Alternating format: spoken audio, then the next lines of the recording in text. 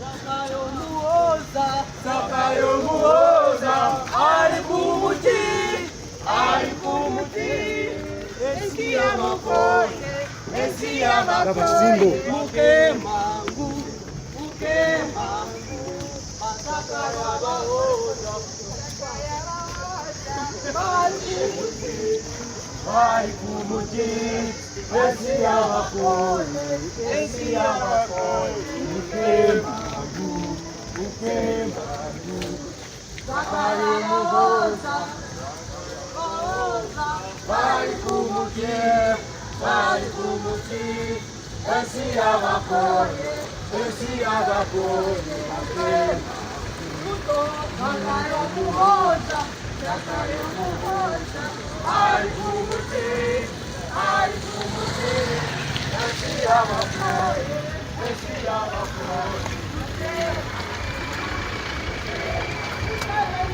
Zakayo muoza, alikumuti, esia makoye.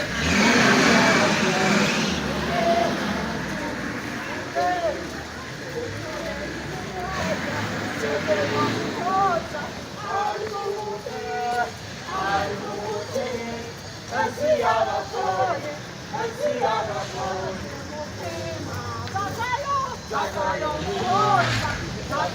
muoza, alikumuti, esia makoye,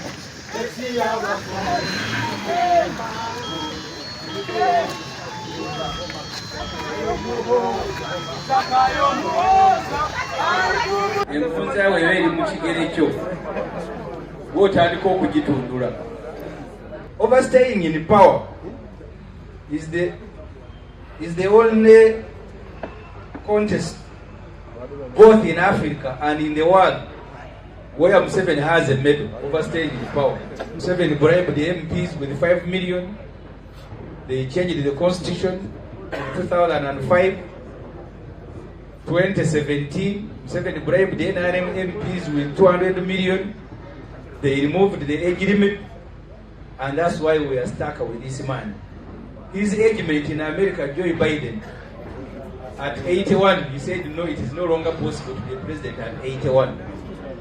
But you can see Museveni is still swearing. I think the only power remaining in his body is swearing, I will do this to you. January 26th next year, if we don't state something dramatic, Yoweri Museveni will make 39 years in power. January next year, 26. Having grabbed power January the same day, 38 years ago. In these years, the 38, Kenya has changed presidents from Daniel Arap Moi, Mwai Kibaki, Uhuru Kenyatta. Now they have William Ruto. In Tanzania, Museveni came into power when Nyerere was the president. Nyerere went, Hassan Mwinyi came and went, Benjamin Mkapa came and went, Jakaya Kikwete came and went, Pombe Magufuli died in his second term. There is now Suluhu. Those are actually almost about 6 presidents in Tanzania. Uganda is still stuck with Museveni, who officially, Museveni will be 80 years officially because he says he doesn't know when he was born. Museveni is the 3rd longest president in Africa. Obianga Nguema Mbasogo of Equatorial Guinea, who has been in power for 44 years, is the longest president both in Africa and in the world. This one is followed by Paul Biya. Paul Biya of Cameroon is 91 years old. He has been in power for 41 years. So therefore in Africa, Museveni with 39 years is the 3rd longest president in Africa. In the whole world, Museveni is number 4. His position of number 3 is taken by Cambodia's Hon.Ssemujju. The president of Cambodia is number 3, longest serving in the world. He's taken Museveni's position, so Museveni comes in number 9. In human development, if you look at the UNDP Human Development Report, Uganda is in position 159 out of 193 countries. So the UN assessed countries in human development, and they start with the last one. So Uganda is 159. The first country was Switzerland, I think. So overstaying in power is where Museveni has won a medal. But when it comes to growing his country, in his class is 159. Please don't be deceived. There are people who are now thinking that maybe because of his age, maybe he's about to go, he's about to die. African leaders are very difficult. I have told you, Paul Biya, at 91 years, he has announced he will contest the next election in 2026 at 91. He will be 93. Paul Biya of Cameroon is 91 years. But he has said, I will contest the next election in 2026.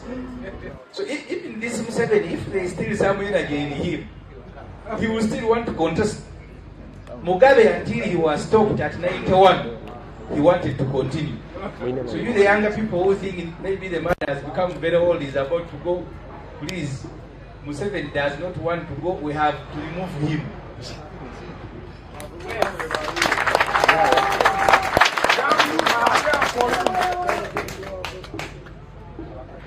And why it is very important and very urgent today, we have just started the financial year. You recently saw him quarreling over budget.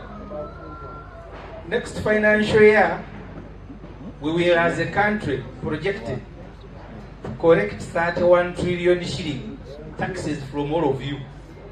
31. But the date that is due to be paid the next financial year, the date is 34 trillion. So Uganda will collect 31 trillion, but it has a date that is due to be paid the next financial year of 34 trillion. Which means the rest of the money is going to be borrowed.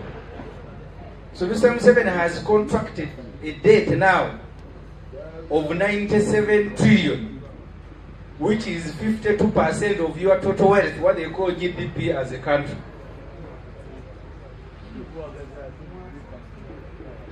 And when Museveni collects this money, this is what he does with it. And I am concluding. I wanted to give you that background for you to understand why we are here. This financial year, Museveni has given Magola Mathias, you know that guy who said he's going to produce a vaccine for COVID. So far, Museveni has given him 723 billion. That is establishing a pharmaceutical factory. Museveni so far has given Pineti 476 billion that he is constructing a specialized hospital at Rubo. Museveni has given Amena 553 billion that he is constructing a sugar factory in Amur. Museveni has given Professor Moranga 120 billion that he is constructing a factory to process banana in Bushe. It's just giving him money, your money. Museveni has given his son-in-law Wawo, whose duty is to teach Uganda how to drink coffee and to export it. So far, 105 billion. Museveni has given Kira Motors 312 billion that they are going to produce electric buses. For 5 years they have produced only 20, but they have taken 312 billion. In the budget, Museveni went and invaded Congo. His brother Salim Saleh, Kazini, Sura Semakula and others looted gold and timber from Congo. Congo went to court. Uganda was fined 325 million US dollar, which is 1.2 trillion. Every year now, we are budgeting money to pay COM. Last financial year, we paid 248 billion. And then you hear Museveni on TV that is fighting corruption. I think if you are a student and I'm your teacher and I ask you to define corruption and you want to add the word Museveni there, I'll give you 0 if I am your teacher. I think everybody now in the class, when they ask you what is corruption, if you put Museveni, I give you 100%. The rest you can give. But that old man is on TV, I am fighting corruption, I am fighting corruption. We are paying Kong 1.2 trillion because his brother Salim Sare, Kazini, Sura Semakula and others rooted Congo's gold and timber. And all of you are being made to pay Kong 1.2 trillion. And this is the money that we are budgeting every year. I therefore wanted UFDC leaders and members to know why we are in this fight. As Museveni is aging, is preparing his family to continue with the family rule. You've seen his son. How stupid are we that we allowed Museveni to appoint his wife with suspicious academic qualification to be the Minister for Education? How stupid are we? That Museveni appointed his son to lead the military. Therefore, this meeting today should know that if you read the budget of Uganda, in this budget, Museveni is educating secretly 2,800 students. Nobody knows who they are. No wonder when you meet police now and the military, the senior commanders speak one language because they are beneficiary of this. In 2000, Dr. Besigye spoke about this during a radio talk show in Mbarara. I think it was Radio West. He was wondering why Museveni was operating a school in Lake Mburu. That school, Kanyareri Primary School, where people who were being admitted were of the same ethnic group. He now has another one in Gomba.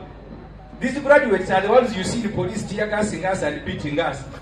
So the man has been preparing that when he dies, then his family and the clansmen should take over Uganda.